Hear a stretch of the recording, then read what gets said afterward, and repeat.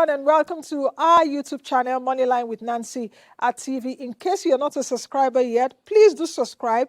Just press the subscribe button as well as turn on the notification bell so that you can get notifications when we upload our videos. Don't also forget to subscribe and join, follow, like our other social media platforms. Of course, you're seeing it right about now. Don't also forget to share this video across your platforms. Enjoy the video. Joining me for this very important conversation is our second guest, a woman, of course, whose work sits at the intersection of policy, purpose, and people, Miss Elsie Attafuah. She's the representative of the United Nations Development Program in Nigeria, leading one of the most impactful UN missions here in the country. She brings over 2 decades of experience in development, strategy, governance, crisis recovery, and climate resilience across Africa, the Asia Pacific, and the Caribbean. At the heart of her leadership is a belief that development must be bold, inclusive, and human-centered, driven not just by reforms, but by resilience, dignity, and opportunity for all. Ms. Attafuah, it's an honor to have you on the show today. Drums roll, first time on the program. Finally, we did it. Yes, we did it. We did it, Nancy. Finally. It's been a year plus that we've been talking about meetings, so I'm glad I'm here. Yes, fantastic. Yeah. So let's strip development of all the big numbers and the balance sheet, I must say. Like what I was talking about in my first interview, you know, what does it really mean to place people at the center of Nigeria's development journey? What does a human-centered development mean? So first of all, let me appreciate you for having me and AIT. And let me appreciate the audience who are listening this morning to me and to have this very important conversation, what it means to have a human-centered approach to development. What does it actually mean? For us, as UNDP, this is part of the philosophy we've had for a very long time. If you look at the Human Development Report, which was very radical at the time in the 1990s, it was about taking beyond human, you're looking at development beyond, gross domestic product, income, and making sure that, human beings are the heart of development. In other words, you're looking at the needs of the people, you're looking at the opportunities for the people, you're looking at their capabilities, you're looking at freedoms, and so on and so forth. So it means about, in simple terms, we are talking about richness of human lives rather than richness of the economy. I hope you understand what I mean. So, in other words, why is it an imperative, perhaps now more than ever? It also means it promotes inclusive development, meaning that we are able to look at multidimensional poverty, for example. We are able to reduce inequalities, bringing people at the center. It also means that we then advance, national resilience, making sure that our economies are much more resilient. It also means that where we have young people, women, and so on and so forth, we ensure that they are truly at the center and that we are able to get the dividends that come, for example, from our demographics. So in a nutshell, human beings are put at the center of development. We have to ask ourselves, are people safe? For example, do they have clean drinking water, for example? Not only that, there is a road there, but what does a road mean to the person? And I think Nigeria, which is the giant of Africa and one of the most important countries in our continent, most populous in the continent, with a lot of young people, certainly, people-centered development must be at the core, particularly in the context of the reforms that is going on in the country now, whether it's on the fiscal policy, whether it's on the tax policy, whether it's reducing subsidies. We must give it a human face. That's what I can say. So we're talking about resilience, and you just mentioned it. What would resilience actually look like, perhaps in a rural village? I want us to grow practical now. In a rural village in Borno, because I know you visit states in Nigeria, an urban slum in Lagos, a flood-prone Mokwa now in Niger State. Paint me a picture grounded in real people's lives, what that resilience means in practical terms. So first of all, I think it's quite important to unpack resilience to the audience. Resilience is not only bouncing back when there is crisis or shocks. Resilience is about the ability to adapt, the ability to innovate, the ability to thrive in a VUCA world, which is basically a world that we have a lot of vulnerabilities, a world that we have a lot of uncertainties, a world that we have a lot of ambiguities and complexity. What does that mean from a resilience point of view? So to unpack that, very simple terms, if you take Northwest Nigeria, or northeast Nigeria, for example. Recently, I think in January, I was with Governor Zulum, where we then launched about 1,500 houses, bringing back dignity to communities, ensuring that they have houses, they have the police stations restored back again after the insurgency, they have hospitals, they have schools. That is resilience.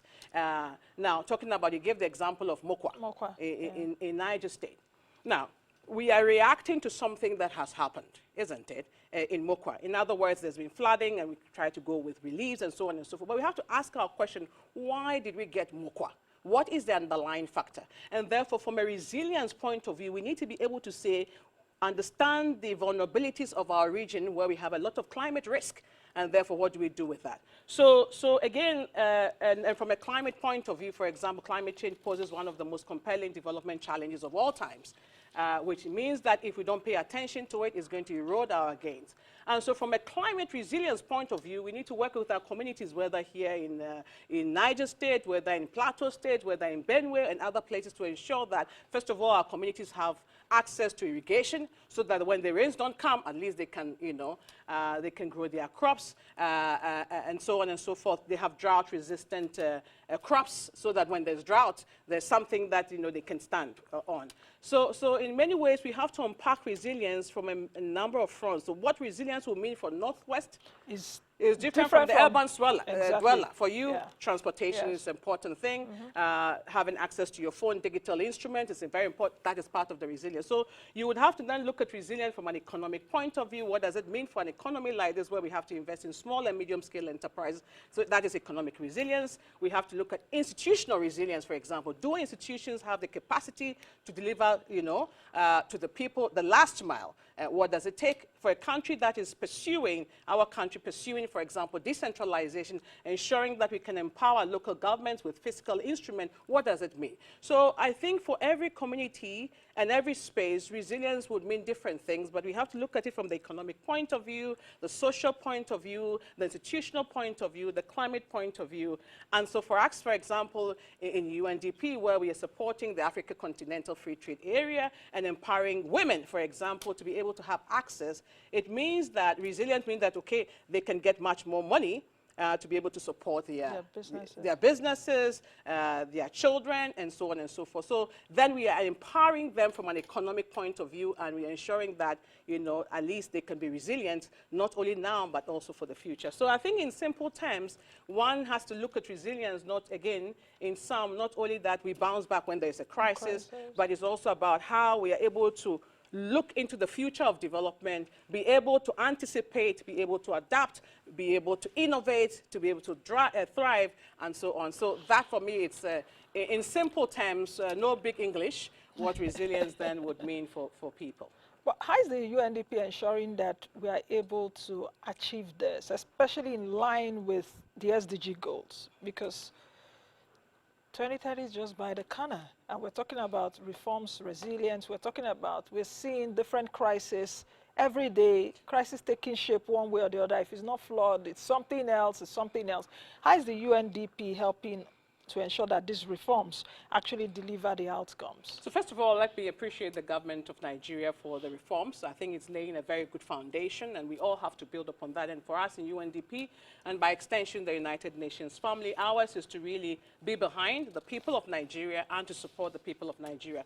So what are some of the things that excite us, and how are we supporting their government and the people of Nigeria from a resilience point of view, from a reform point of view? Let me just outline a few areas of work which is keeping us really excited. First of all is the energy sector. I think energy is such a great integrator. In other words, where you have energy, you are able to connect to social development, you're able to have impact possibly or positively on your health, climate change, and so on and so forth. And this country has a new Electricity Act, which empowers states for the very first time, for example, to be able to generate their own electricity, distribute, and so on and so forth. So what we are trying to see and do is how do we then make sure that this act doesn't just remain on paper, that we can be able to go to the last mile with it. So we have supported, for example, the national electricity policy that is also going to be rolled out across different states, ensuring that the states understand what this act is about. We are trying to deploy mini grids across different parts of the country, which is very exciting. I think recently, one of the things, I think, Nancy, you must see some of these things that we are working on in Smeden, and with our partner, Mr. Charles Odi and others. They have this facility in Smeden which had all the equipment there, but didn't have power. And what we just did was to put a mini grid there. Once we did put the mini grid there, we saw the numbers increase of small and medium scale enterprises coming in there to be able to use the facility. One lady called Josephine, she was able to get a contract to produce about 37,000 uniforms. That is how we are making the reforms real in Nigeria. The other area is in the area of innovation, digital, and the knowledge economy. We think that, the future of development has a digital phase, it has innovation.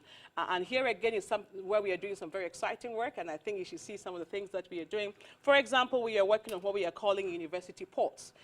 We are generating about 2 million people or so, as I understand, from the university every year. Most of them come out of the university looking for jobs. Yeah. How do you ensure that before they come out, they actually create opportunities and they create jobs for themselves? And so we are setting up these spaces where it's not just a co-working space. No, we have equipment in there, CNC machines, 3D printers, computers, and, and so on and so forth. So somebody comes into the space and is able to turn ideas into prototypes, is able to turn prototypes into businesses, businesses to industries. And so we're trying to do 36 of them in 36 months, and that is our moonshot. That's a big one, and I think by September, we would have had about 10 of them already online, where we have, for example, close to us in Nasarawa, the very first mining lab, where you have a mineral, you can be able to test the mineral and also see how you take that mineral, for example, from a lithium, for example, all the way to battery. So we are doing a lot of work around university. We are working also with communities as well, what we are calling community innovative spaces.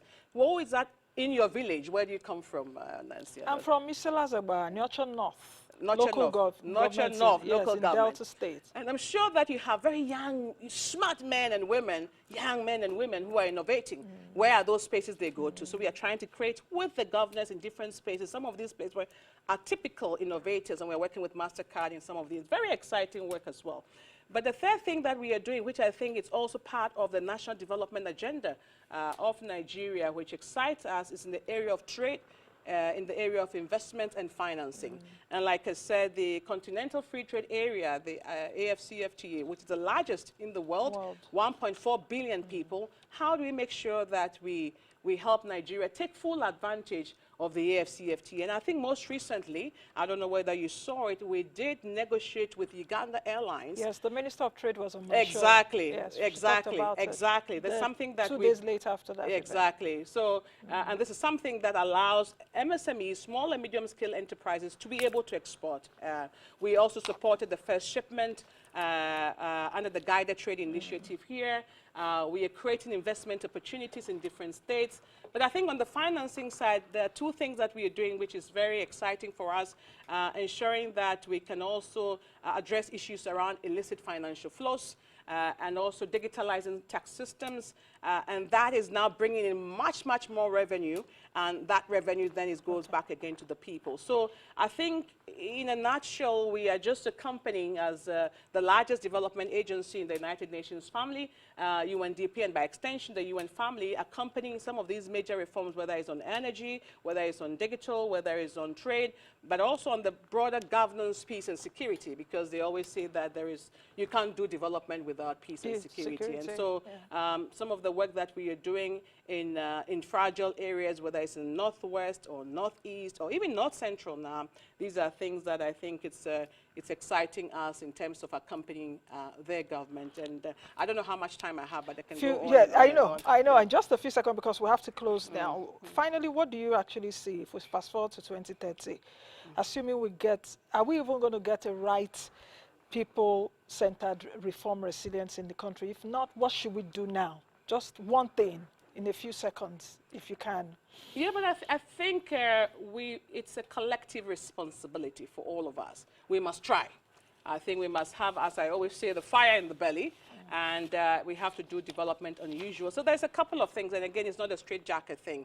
The government and the people are on the right courses, and we must continue to invest in certain things to make sense, meaning we have to invest, for example, in human capital, education, health, investing in these sort of opportunities for young people, especially women, becomes very important, the human capital part of it, the enablers, for development, whether it's on energy, whether it's on local government strengthening, ensuring that we can also build trust in institutions, and so on and so forth. So these are some of the things that I think we can do and should be doing collectively, including the role of the media. Thank you. Thank you very much, Mr. Attafuah. It's been a pleasure. Thank you. Thank you to the audience as well. Thank you. I've been speaking to Ms. Elsie Attafuah. She's the UNDP Nigeria's resident representative, and we've been talking about a human-centered development in Nigeria. So many nuggets and insights there. Thank you all for your audience, as always. Please join us again next time here on the program.